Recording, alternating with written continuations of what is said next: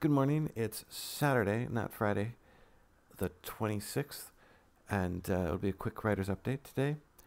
Um, writer's tip: quiet time to write is essential for uh, the deep dive editing and the deep dive storytelling required for something like a novel. And for me, and sometimes that means earplugs, that you just can't find a block in your day where you're not going to have distracting sounds. Um, so you just do the best you can. But man, that can be hard. I can, for right now, example, I can hear my son's, um, the, his earphones. He's like 6 feet away, but I can hear what's coming out of his earphones. The chaotic sounds coming out of the kitchen with my wife, no problem. But something about the voices coming out of my son's earphones just dig in. So if I was trying to figure out in my Valkyrie of Desire book, if I was trying to figure out how to massage the overarching plot of the book, how to align all the chapters so that the first half, so that the second half make more sense, and that there's the readers notice a consistent built-in momentum with the plot.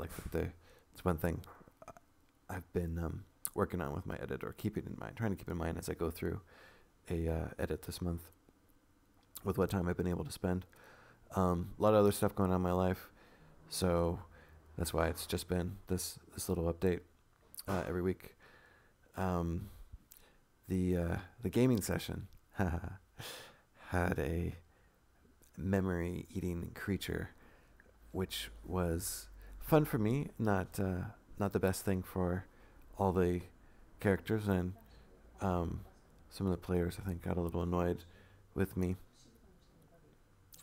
Tough thing to balance as a game master when you have so many players. So I gotta touch base, have one-on-ones, make sure that it's kind of like being a boss of a company, having workers that you need their, what is it called, personnel review. See how you're doing, see how they're doing. Not so unlike that, interestingly enough. But the memory eater, if it attacks you successfully in a certain way, then it'll make a copy of yourself, and you end up fighting a visual copy of yourself attached. It's kind of like a siren in the ocean, where it'll have like the shape of a woman, but it's attached to a monster, kind of a thing. So that's been fun. And seeing how the party deals with a child they're carrying around, that they have to take care of. And I am also keeping in mind that this is supposed to be an adventure. And as my brother, who's one of the characters, said, he just feels too much like a janitor. So I'll keep in mind how to make it more in a stereotypical adventurous, where he's got a windmill to charge, straightforward, and you get that satisfaction of success or death. Yeah. And story time. Despite my son's presence, I will give more adult story. You have a loft, and it is a kind of a sitcom or movie like setting. Loft in a city. You're young, you're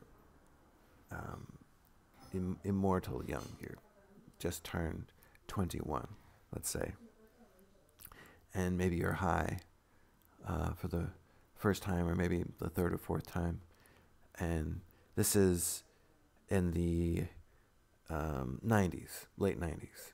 So before everybody had cameras on their phones, so you could get away with a lot more. And you're on the roof of your loft in a business district where people don't go on roofs, and it freaks the pedestrians down below out, and they call the police, and they're looking up.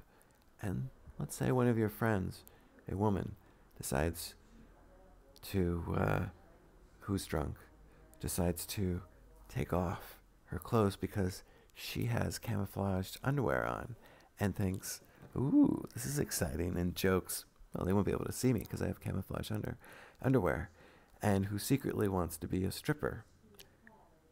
Well, maybe not so secretly. It's been talking about it, and especially when she's drunk, and takes off her clothes except for her underwear and dances for the pedestrians down below.